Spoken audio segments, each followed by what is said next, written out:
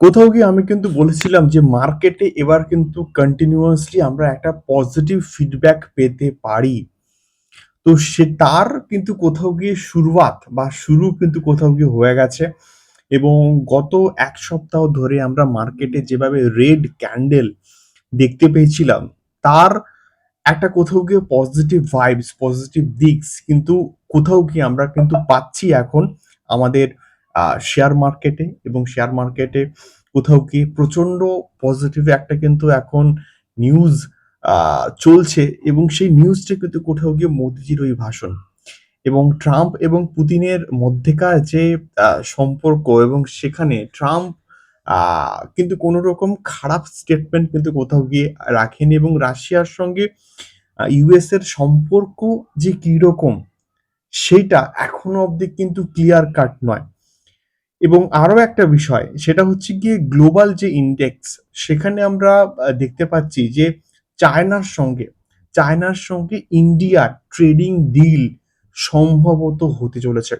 চায়নার যে বিদেশ মন্ত্রী আছেন তিনি কিন্তু আমাদের ইন্ডিয়াতে এসছেন এবং সেখানে কিন্তু নেগোশিয়েশনস কথাবার্তা কিন্তু চলছে এবং তার ফলে কি হচ্ছে যে সম্ভবত ইন্ডিয়ার সঙ্গে চায়নার এবং মিডল ইস্ট যে কান্ট্রি গুলো রয়েছে, সেগুলোর সঙ্গে একটা কিন্তু ট্রেডিং ডিল মেবি হতে পারে। আমি সিউর নই 100% যদি হয়, তাহলে কিন্তু সেটা ভারতীয় শেয়ার বাজারের জন্য প্রচন্ড পজিটিভ একটা কিন্তু ইমপ্যাক্ট ফেলবে।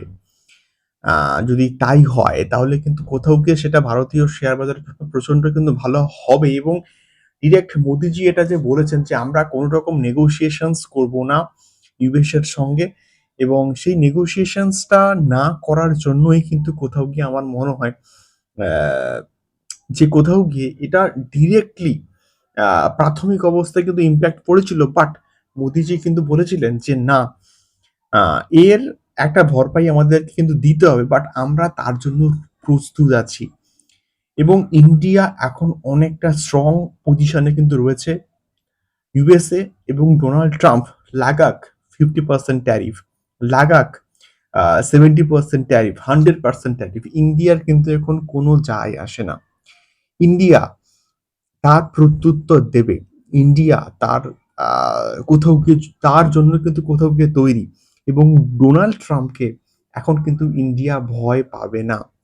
এটাই হচ্ছে মেইনলি মুদ্রা বিষয় এবং তার জন্য ডিআইআই দের কিন্তু কন্টিনিউয়াসলি তৈরি করছে আমাদের মোদিজি এবং ডিআইআই কিন্তু প্রচুর পরিমাণে কিন্তু কোথাও গিয়ে ইনভেস্ট করছে ভারতীয় শেয়ার বাজারে এবং সেই জন্য কিন্তু কোথাও গিয়ে ভারতীয় শেয়ার বাজার এই সমস্ত খবরের জন্য যদি অনেকে মনে করে যে ক্র্যাশ হয়ে যাবে তা কিন্তু নয়। মার্কেটে এই মোদিজির ভাষণ এবং যে ট্যাক্স স্ল্যাবের যে কাট সেটা আ অ্যাপ্লিকে আ মানে এপ্লাই হয়ে গেলে কিন্তু কোথাও গিয়ে প্রোডাক্টের যে চাহিদা, প্রোডাক্টের আ যে কনজাম্পশনস সেটা কিন্তু কোথাও গিয়ে বাড়বে এবং যার ফলে কোম্পানিগুলোর কিন্তু কোথাও গিয়ে আমার মনে হয় যে সেল বাড়বে। কোম্পানির সেল বাড়লে আ তাদের বার্ষিক যে রেজাল্ট সেটা কিন্তু বাড়াবে এবং তার ফলে কিন্তু কোথাও গিয়ে আমার মনে হয় যে তার প্রভাব ভারতীয় শেয়ার বাজারে কিন্তু পড়বে এবং ভারতীয় শেয়ার বাজার ইন ফিউচার এ হয়তো ভালো রকমের একটা র‍্যালি দিতেও পারে। এবারে যে বিষয়টাকে নিয়ে কথা বলব সেটা হচ্ছে কি কিন্তু কোথাও গিয়ে আমার মনে হয় যে এই যে আ ইন্ডিয়ান কারেন্সিটা যে কন্টিনিউয়াসলি স্ট্রং হচ্ছে গত সপ্তাহ আগে অব্দি 87.5 এর কিন্তু কাছাকাছি ছিল এবং সেটা আজকের কোথাও গিয়ে আমি যখন এই ভিডিওটাকে তৈরি করছি সেই মোমেন্টে কিন্তু 87.05 কিন্তু দেখাচ্ছে এবং তার সঙ্গে অনেকটা আ সেটা ডিপেন্ড করছে কিন্তু ইন্ডিয়া কতটা এক্সপোর্ট করছে তার উপরে। এবারে যদি চায়নার সঙ্গে এবং মিডল ইস্টের যে কান্ট্রি গুলো রয়েছে তার সঙ্গে ট্রেডিং ডিলটা হয়ে যায় তাহলে এক্সপোর্ট বাড়বে। আ এক্সপোর্ট বাড়লে কিন্তু কোথাও গিয়ে আমাদের ইউএসএ এর যে দরকার যে ইউএসএ যে হিউজ পরিমাণে একটা এক্সপোর্ট হতো, সেইটা কিন্তু আর দরকার পড়বে না। যদি তাই হয়, তাহলে কিন্তু কোথাও গিয়ে আমার মনে হয় অ্যা যে তখনও কিন্তু কোথাও গিয়ে আমাদের ইন্ডিয়ান কারেন্সি আইএনআর কিন্তু কোথাও গিয়ে কন্টিনিউয়াসলি আরো অনেক বেশি কিন্তু স্ট্রং হতে চলেছে। তো সেক্ষেত্রে সেটাও একটা পজিটিভ দিক। যখনই আমরা দেখেছি যে ইন্ডিয়ান কারেন্সি স্ট্রং হচ্ছে, তখনই এফআইআই রা কিন্তু কন্টিনিউয়াসলি কামব্যাক করে ফিরে এসছে এবং এর আগেও কিন্তু হয়েছিল। তো আ তো এই হচ্ছে মেইনলি বিষয়পত্র। তো তার জন্য আমাদেরকে কি করতে হবে? তার জন্য আমাদেরকে কিন্তু মার্কেটে আ ইনভেস্টেড থাকতে হবে। এটা আমি বরাবরই কিন্তু প্রত্যেকটা ভিডিওতে এই সেম স্টেটমেন্ট কিন্তু বলে এসেছি যে মার্কেটে ইনভেস্টেড থাকলে মার্কেটের র‍্যালির ফায়দা। মার্কেটে আ কিন্তু কোথাও গিয়ে এই যে র‍্যালিটা যে হতে চলেছে তার একটা ফায়দা আমরা কিন্তু পেতে পারি। তো সেক্ষেত্রে সেই জন্য কিন্তু যেকোনো আ স্টকসে বা যেকোনো মিউচুয়াল ফান্ডে কিন্তু ইনভেস্ট করা যাবে না। প্রত্যেকটা স্টকস এর ক্ষেত্রে স্টক নির্বাচন করা কিন্তু মোস্ট ইম্পোর্টেন্ট একটা কাজ। সে তার জন্য কিন্তু অনেক পড়াশোনা করতে হয়। আমি সেই জন্য কোথাও গিয়ে মেক্সিমাম ক্ষেত্রে না আ স্টকসে পার্টিকুলারলি কোনো স্টকসে কিন্তু ইনভেস্টমেন্ট কম করি। আমি কিন্তু কোথাও গিয়ে ইনভেস্টমেন্ট করি মিউচুয়াল ফান্ডে।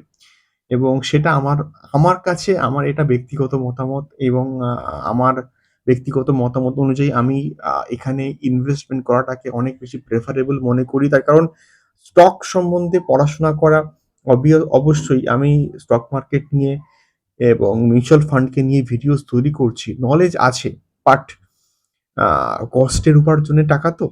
সেই টাকাটাকে ডিরেক্টলি আমি এটা আমার ব্যক্তিগত মতামত যে আমি স্টক মার্কেটে ডিরেক্ট ইনভেস্টমেন্ট না করে ডাইভার্সিফাই করে কিন্তু কোথাও গিয়ে ইনভেস্টমেন্ট করাটাকে বেশি প্রেফারেন্স দিই বা পছন্দ করি।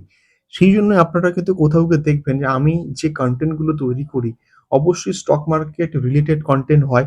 কিন্তু তার সঙ্গে কিন্তু মেক্সিমাম ক্ষেত্রে কিন্তু মিউচুয়াল ফান্ড সম্পর্কিত কিন্তু ভিডিওস গুলো হয়।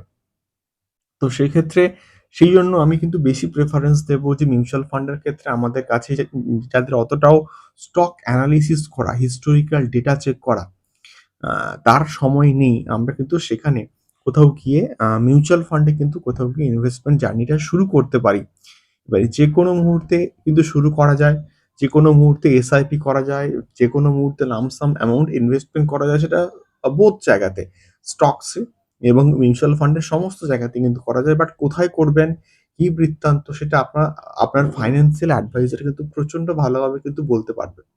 তো অবশ্যই কোন রকম ইনভেস্টমেন্ট করার আগে অবশ্যই ফাইন্যান্সিয়াল যে অ্যাডভাইজার তাদের থেকে অ্যাডভাইস নিবেন। তারপরে প্রত্যেকটা ইনভেস্টমেন্ট কিন্তু প্ল্যান করবেন। এবং আমি আরো একবার বলব যে this video is only for educational purpose এবং দেখা হচ্ছে পরবর্তী ভিডিওতে এরকম স্টক মার্কেট সংক্রান্ত এবং জিওপলিটিক্যাল নিউজ আ সংক্রান্ত আরো আ ইনফরমেটিভ ভিডিওস নিয়ে। Till then tata. দেখা হচ্ছে পরবর্তী ভিডিওতে। টাটা।